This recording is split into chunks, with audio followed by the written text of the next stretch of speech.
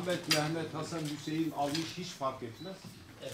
Biz o imarı ihaleden önce aldık. Burada kesinlikle ne belediyelerin ne de bizim şahsı kayırma diye bir şey söz konusu değil. Başta söyledim. Dedim ki bizim için önemli olan devletimizin âli menfaatleri. Nasip olursa kahvaltı yapalım. Ondan sonra da hem bir basın bildirimiz var. Onu ben sizin döndüğü kadar izah ederim. Şahsım adına sizleri ben şahsen çok seviyorum. Pazartesi günü saat 10'da ayın 7'sinde Demokrasi Meydanı'nda bir programımız oldu. Çelek sunma. Sonra Sayın Valimizi ziyaret ettik. Dün de Türkiye genelinde Ankara'da Vakıf Haftası kutlama etkinlikleri Beştepe'de yapıldığından dolayı ben ve arkadaşlarımın çoğunluğu oradaydık. İşte bugün de siz kıymetli basın mensubu arkadaşlarımızı ilimizde yaptığımız çalışmalarla ilgili bilgilendirme amacıyla sizinle biz görüşmeyi arzu ettik. Sağ olun. Gelenlerin ayağına sağlık.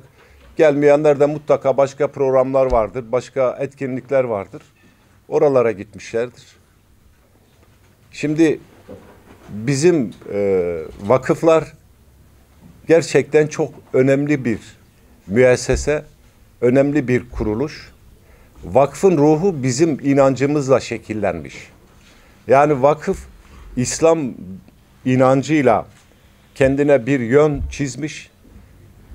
İslam'ın en önem verdiği varlık insan ve diğer canlılar.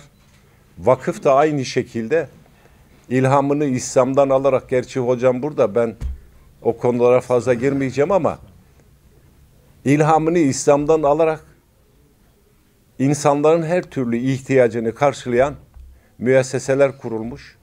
231 tane kadın var, vakıf kurmuş. Antep'te bunu hiçbirimiz bilmiyorduk.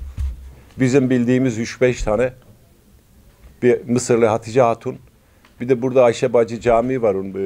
Mütevellisi de Şaziye Hanım burada bizimle beraber.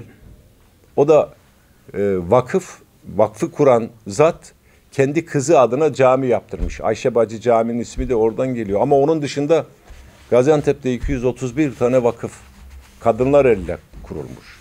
Yani Gaziantep'in geçmişi çok hayırsever. Yani Gaziantep nüfus 57 binken 160 tane vakıf varmış. Ama şimdi nüfusumuz 2 milyon, kurulan vakıf sayısı 40. İşte bizimle atalarımızın arasındaki fark. Ya atalarımız toplumsal düşünüyor ve öyle hareket etmişlerdir. Çünkü vakıf gönüllülük işi. Zorla bunu kur deseniz kesinlikle o vakıf kurulamaz. Adamın içinden geldiği ve toplumun ihtiyacı olan konularda vakıflar kurulmuş. Gaziantep'teki tüm tarihi eserleri restore ettik, bitirdik. Hayır işlerimiz zaten basın bildirisinde de belirtmişim ne yaptığımızı. Aynı hızla devam ediyor. Şimdi biraz enerjimizi Kahramanmaraş ilimize yoğunlaştıracağız. İnşallah kısa sürede onları da bitireceğiz.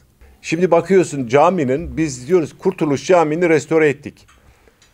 Orada eski Sıbyan Mektebi Kur'an kursu haline getirildi. Biz kapı pencerelerini yaptık. Demir kapısını kırmışlar. Hocam burada. Orada hırsızlık olayı olmuş. Tekrar imamın odasına girip amfiyi çalmışlar. Şimdi amfi çalınınca ezan da okunmaz, vaaz da verilmez, hutbe de okunmaz. Ya artık yani ne benim görevimdir ne Müftü Bey'in görevidir caminin hırsızlık olayına karşı korunması. Herkesin belli bir görevi var. Bakın arkadaşlar, bir Hışvağan'da bilmem ne satılıyor. Yani içki satılıyor. Arkadaş, ben Hışvağan'ın ruhsatını veren kişi değilim. Ben Hışvağan'ın restorasyonuyla mükellefim. Ben birine kiraya verdiğim zaman, ki ben Büyükşehir Belediyesi'ne kiraya verdim. Ben şahsa kiraya vermedim. Ama Büyükşehir Belediye Başkanı şahsa kiraya vermiş. Ben Büyükşehir'in Gazibel şirketine kiraya verdim. Onlar alt yükleniciye verebilir. Şimdi bir yerde ben evi kiraya verdim. Orada uyuşturucu satılıyorsa Ben ona müdahale edemem. Ona müdahale edecek birimler bellidir. Ona ruhsatı veren birim bellidir. Yani bir camide hırsızlık olduğu zaman suçlu müftü bey veya ben değilim. Kurşunu çalındığı zaman ben veya müftü bey onun emniyetini alamayız. Onun emniyetini alacak birimler bellidir. Zincirli Bedesten bilirsiniz. Evet. Orada 6-7 defa hırsızlık olayı oldu. İşte o hain terör örgütünün füzeyle vurduğu cami, biz o zaman Sayın Bakanımız gelirken söz verdik. 1 ay içinde restorasyona başlayacağız dedik. Biz restorasyona başladık.